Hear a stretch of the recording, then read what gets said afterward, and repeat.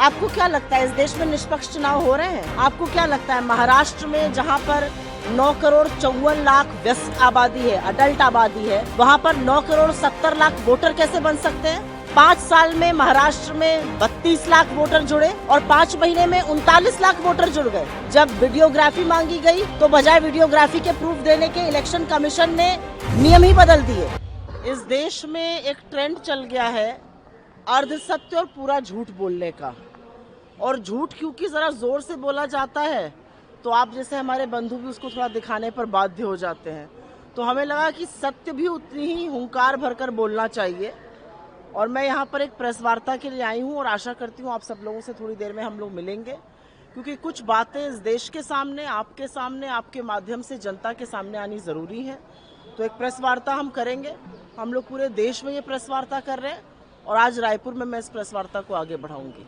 Ma'am, Rahul Gandhi विदेश धरती पर गए हुए हैं, तो लेकर जो उन्होंने बयान दिया है, चुनाव प्रणाली को गंभीर समस्या बताया है, तो किस तरह देखते हैं? आपको क्या लगता है इस देश में निष्पक्ष चुनाव हो रहे हैं?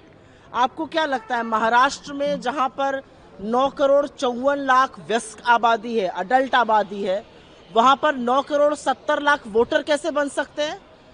5 साल में महाराष्ट्र में 32 लाख वोटर जुड़े और 5 महीने में 39 लाख वोटर जुड़ गए। जब वीडियोग्राफी मांगी गई तो बजाय वीडियोग्राफी के प्रूफ देने के इलेक्शन कमीशन ने नियम ही बदल दिए। 5:30 बजे के बाद 65 लाख वोट बढ़ गए। एक वोट पड़ने में 3 मिनट लगता है। क्या 2 बजे तक महाराष्ट्र में लाइनें लगी हुई थी? बहुत सारी ऐसी चीजें हैं जो इस देश की चुनाव प्रणाली पर सवाल उठाती हैं और अंततोगत्वा लोकतंत्र की मजबूत नींव पर प्रहार करती हैं।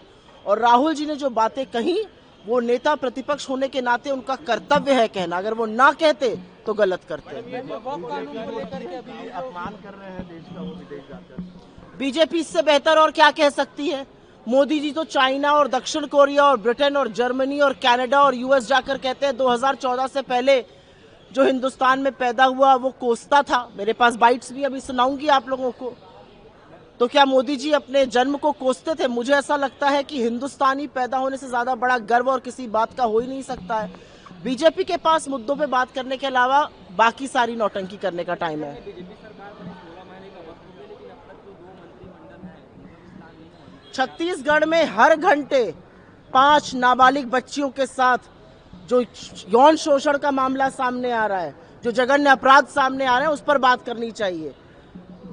विस्तार नहीं हुआ या ये हुआ, ये उनका अपना मामला है और इसलिए शायद छत्तीसगढ़ का प्रशासन आपको डूबता हुआ दिख रहा है। लेकिन छत्तीसगढ़ में जो बेटियों का हाल है और जो छत्तीसगढ़ के ट्राइबल्स का हाल है, उस पर चर्चा करनी जरूरी है। धन्यवाद। मिलते हैं आप लोग। जी मैम।